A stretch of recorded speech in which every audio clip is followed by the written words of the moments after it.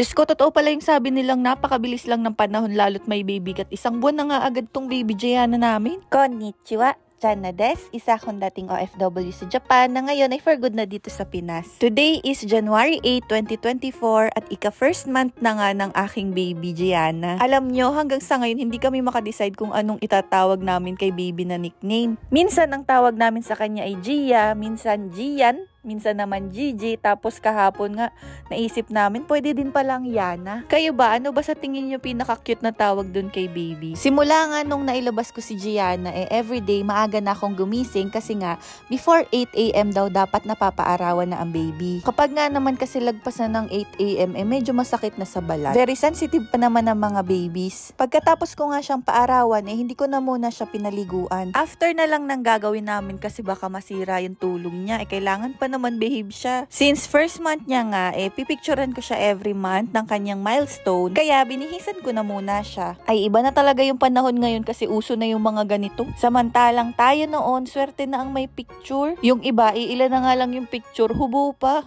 At isa na nga ako doon. Ikaw din ba may ganong picture? Reveal naman dyan sa comment section. Kaya pala maaga ko din siyang binihisan, ay habol ko din kasi yung araw. Mas maganda kasi kapag maganda yung lighting, sa loob ng bahay namin medyo madilim nga. Kaya naisip ko, dito ko na lang siya pipicturan. Medyo nahihirapan nga ako mag-ayos niyan kasi ako pala ang gising ng mga oras na yan. Pero buti na lang maya-maya ay nagising na nga itong si Ate Jelly. Sakto kasi umuwi din siya dito sa Quezon Province kasi taga Manila talaga siya. Pumili din pala ako ng mini cake sa Red Ribbon. Baka naman, char. Ang bongga na talaga ng mga bagets ngayon, no? Nag-invest na din pala ako nitong mini carpet. Sigurado naman magagamit ko din to sa kwarto soon. At ang naisip ko palang theme every month ay iba't ibang flowers. Mahilig kasi talaga ako sa flowers. Pero actually, ang una ko talagang plano na every month ni baby ay mga Japanese food sana. Kaso nga, mahirap gawin yun. Masyadong mabusisi at hindi naman nakakabili basta-basta ng mga ganong costume. Kaya ito na lang, at least aesthetic. Char. By the way, lahat pala ng ginamit ko ditong props, yung carpet, yung wooden name, yung outfit ni baby at yung parang belo ay nabili ko lahat sa TikTok shop. Kung gusto nyo din bumili, check nyo yung profile ko po sa TikTok,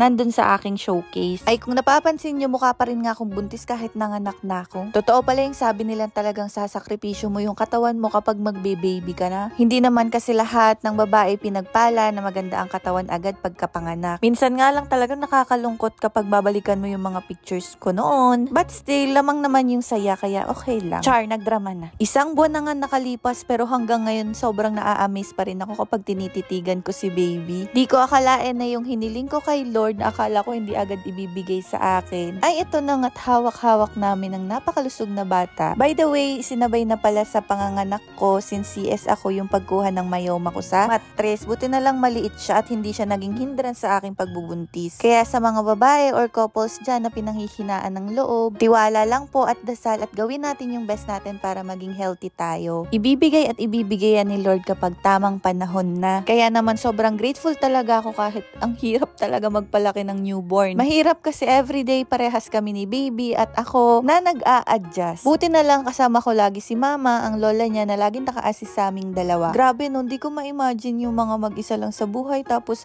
may anak na tinataguyod. Sobrang saludo po kami sa inyong lahat, sa lahat ng nanay, in all forms. At ito po pala yung results ng photoshoot ni baby Gianna Lauren Likin. Chane, mite ko arigato. Bye bye, see you on my next vlog.